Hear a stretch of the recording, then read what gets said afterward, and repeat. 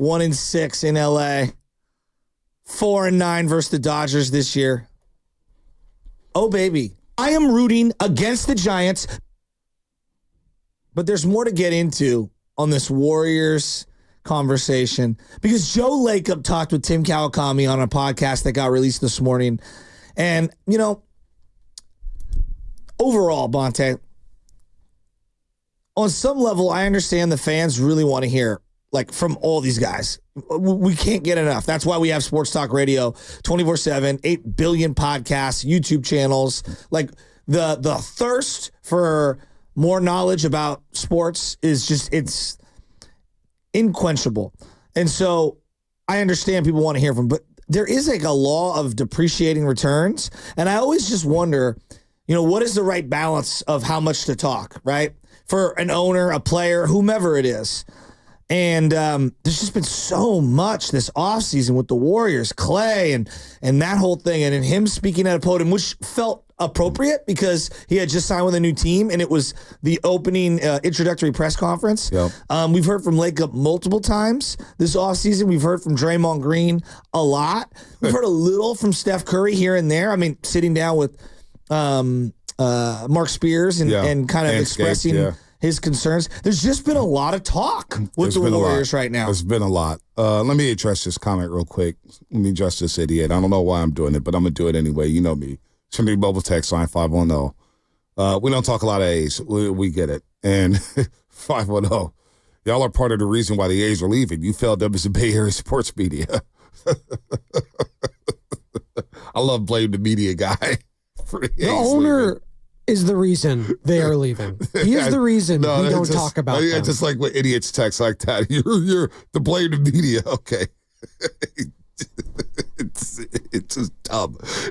Shout out to our friends at Flowing Water Plumbing and Drain. If we're going to call it to the roast, you better bring it because if you don't, you will be flushed. Brought to you by Flowing Water Plumbing and Drain. I love blame the media, guys. They blame the media. Blame the media for betting now you not want to be here. Blame the media for this and blame the media for that. And blame this and blame that. Yeah, we have so much power with these organizations that we have a part in them leaving. Stop, man. Their ratings suck. That's why they're leaving. All guests on 95.7 The Game appear on the River Islands guest line. Is it time for you to discover the islands, River Islands, and Lathrop? Dave Fleming joined us at 8:30 to talk about the Sad Sack Giants.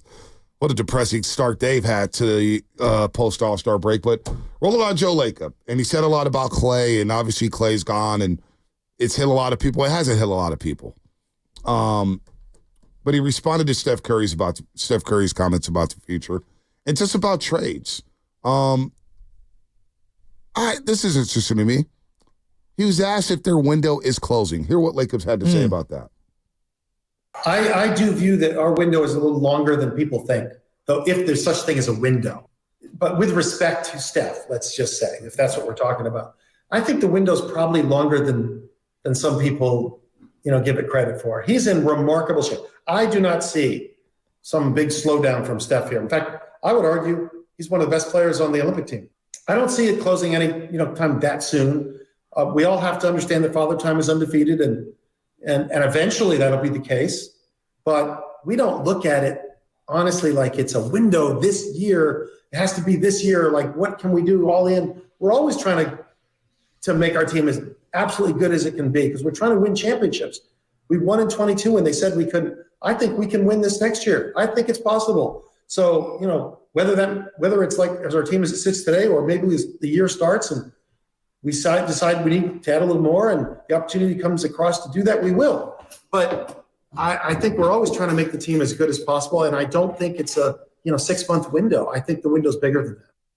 So he believes the window. 888-957-9570. I mean, are you with Joe Lacob there? Is this window wide open? So if we were to say the smallest window would be like the one in your car, on the back seat if you have a 4-door, there's that little tiny window that doesn't roll up and doesn't roll down. Yeah. It's probably like a foot and a half. It's like the most inconvenient one that if they break into your car, it just sucks to get replaced. And then like the biggest window you could have would be like a panoramic all the way around, penthouse type of a window. It's definitely not that one. That feels like that one is set up there for like Victor Wembanyama, right? or Anthony Edwards, right? Possibly. Okay. And then I like the confidence, though. The tiny small window would be like Kawhi Leonard staying healthy, right? No, I'm not trying to be mean, but like, you know what I mean? Like, no one thinks that James Harden and Kawhi Leonard are going to win it all, right? Like, so he's somewhere in the middle. Steph Curry is still the best player, or one of the best players on the Olympic team. Can't argue that. But you need more than one guy to win a championship. No doubt. And the hard part now is we spent a lot of the last 2 years breaking down their finances, and it's part like why they alienated Clay is because of the difficulty in setting their finances up. It's in part. It's not they the did main offer reason. him something, and Clay did say no. We have to give him credit for that. They had the offer on the table, and he said no. It was trickier than just, we can offer you X. Right. You know what I mean? Right. And so I think they're in a really tough spot. Do I think that anybody can win it in the West? Yeah, there's a lot of teams that can come out of the West and win. And with this new conference realignment thing, like, I do think if that goes into a play this year, which I don't know. I don't know if it's going to come into play, but I always thought they should have forget the East-West, just have one conference, have one table. It sounds like they're going in that direction. And they've gotten the in-season tournament sponsored. Right. Not sure if you saw that. I can't. I had to go back to the Draymond cut in just a second. Because you're dealing with Danny Ainge here if you are going after Lowry marketing. And how does that help your leverage or your package where Draymond said we almost had trades going on? Trades. Like, the deal's not done yet. You know what I'm saying? Like, we're negotiating in real time, and we're saying we almost had a deal done last week. And I wonder how many deals get paused on the burner, and you take it off you put it onto another burner that's not on, and then you put it back on and you reheat it. Right. I bet that happens a lot in sports. Yeah, no doubt. It does. Right? It does. They come back to the table. Yeah. You take a break, then you come back to the table. Brian Burns. Right, The deal Brian Burns. in the New York Giants Hard Knocks. Like, clearly they had been sniffing around Brian Burns for, 6 months? A year? Yep. Before that deal was consummated. Lacob on naysayers saying that they're going to be bad next season. I read some of these people online saying we're going to win 30 games or something. I'm sorry, I don't see that. I don't know what these people are looking at. We won 46 last year. We should have been 50 if it wasn't for some hopefully something never happens again.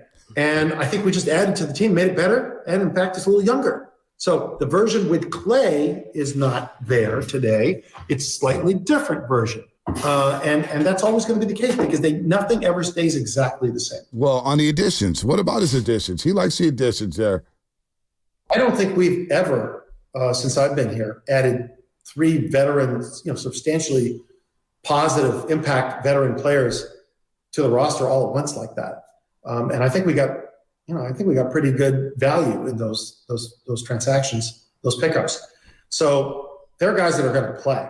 They are rotation players, no question about it. All at various times in their careers have been starters, and even recently. So we think those 3 guys, along adding to the roster, yes, Clay is gone. That's a negative. Chris also leaving, a negative. But I think when you take everything into account, though, adding those 3 guys makes us better. More on that. I mean, ideally speaking, longer and more athletic, certainly something all teams strive to do, and we particularly probably needed to do that.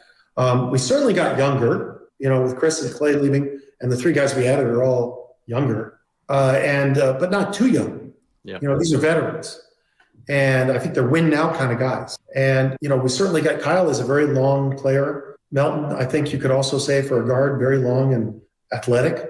And we'll certainly add for the defense. But, on the defensive side, 2 of those 3 guys are really big positive adds on the defensive side. We needed to get better defensively, I think we felt. Are the 3 guys they picked up this year, I mean, it can't be more impactful than like Mo Spates and Sean Livingston. Was Barbosa that same year? Barbosa was that same year, I felt like. He was that same year. Or am I No, Barbosa was there. Barbosa... Livingston came, what was his first year, 2014, 2014, 2015. And I think Mo Space may have been there the year before with Mark Jackson. He may have been.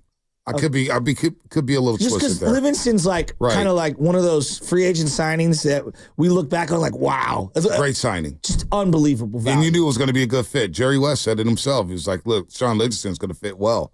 He was the first to that trough. So we'll see about that.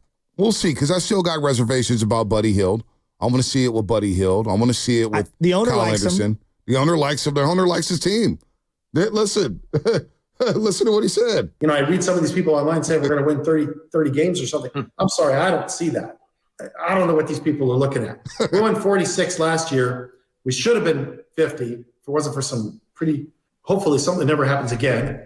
And I think we just added to the team, made it better, and in fact, it's a little younger. So the version with Clay is not there today. It's a slightly different version. And that's always going to be the case because nothing ever stays exactly the same. So he's reading online. He sees the naysayers. I haven't given a win prediction yet. I don't even know. I just want to see what the team looks like. Can they be better than last season? We shall see. They did win 46 games. Now, offensively, is there going to be a drop-off? We shall see. I expect the youngsters to get better and help alleviate some of that offensive firepower they lost with Klay Thompson. I expect Andrew Wiggins to be better. I think Kuminga's going to take a leap. I think Pods will get better. TJD will get better. I think Looney will be better this time around. But we have to see it, right? We have to see it. Well, and going back to all of the trade rumors and whatnot, if they're not good, there's just going to be a lot of heat on them. I mean, there's going to be a lot of heat on the youngsters anyway. They're already here. Yeah, but it's just like, we could have done this. I mean, we could have done that. You know how people are. You're Brandon Pajewski, right? And so unfair. You just got through your first season. You made the all-rookie team. You come in, you play 3 games in Summer League, and you hear that, hey, you're close to untouchable. Then you hear that, boy, the Jazz want you. Boy, you hear that, hey, you may be tradable. Kuminga has heard it for the last 2 years. Moody has heard it for the last 2 years. And so then you get Draymond Green on the Club 520 podcast, and he says this. We was just about to make some trades last week, and I told them straight up, like, yo, that trade helped me. Like, it'll help me right now in my career these last couple of years and stuff. But I've always spoke to y'all from a place of what's best for this organization. I won't stop now. Yeah. That's a bad trade. Like, don't do that trade. Like, I disagree with it, although it's going to help me right now. What do you think that trade was that he was talking about? He's talking about trades. Could have been, I don't know, Zach LaVine, Brandon Ingram, Larry Marketed. I don't know. No, I want to know. You just kind of opened up Pandora's box. Who was going? Who was coming? You already mentioned a month ago about Paul George. That, yeah, they were in on Paul George, but the Clippers didn't want to play ball. Well, Draymond said that. The owner also said that. And everybody reported the damn thing. But some of the reports are conflicting because we don't know if Kuminga was part of the deal or not. One person says he's not part of the deal. The other person says he is part of the deal. Shasky, I don't know what the hell's going on behind the scenes. There's a lot of talking going on. Has this been a great offseason? It's been a weird one. It's been an awkward one. What's been the weirder offseason, the Warriors or the Niners? Wow. It's a great question. Because the Niners feels a little off. Just because everybody wants money. Are we competing for headlines and newspaper clippings, or are we competing to win championships? Are you asking me to choose between the two, or are you asking out loud? It's too much for me. I'm just kind of asking out loud. It's kind of just, I just don't know. We're just talking. Wait, the Warriors didn't make the playoffs last year. We didn't make the playoffs last year. We didn't have playoff basketball. Is this just the consequence of having a dynasty where the end is just kind of weird and ugly? Maybe. Is that the penance you pay? Like Clay's I'm gone. Clay's gone. I mean, the last years of the 49ers, when they had all that dead cap money, right? And the way Steve Young, you thought it would keep going for at least longer than it did, and Steve Young gets knocked out the way he did, and then you found Garcia, but then that wasn't really sustainable. And then they clipped all those guys, and you're just horrible. Well, this is what I don't get. For close to a decade. Yeah, no, they were horrible. And you hope that, I don't think that's going to happen with the Warriors. No, but I'm just saying, there was there was a lull. There was almost like you're paying back in that way, it was the football gods, but you're paying back the basketball gods for all the luck you got. I know that sounds weird. This is what's crazy to me. Like Morelli, right? We love Morelli on YouTube. Morelli says, for everybody out there listening, Morelli's a roaster. He listens every day. But he says Draymond Green doesn't want to trade J.K., Pods, and Moody, but still some people slander Dre for nothing. Well, he did mention the Paul George trade. And he said, yeah, the Clippers didn't want to tangle with us, but we're in on Paul George. Don't you think Morelli that either Pods, Moody, or JK was going to be traded in that one.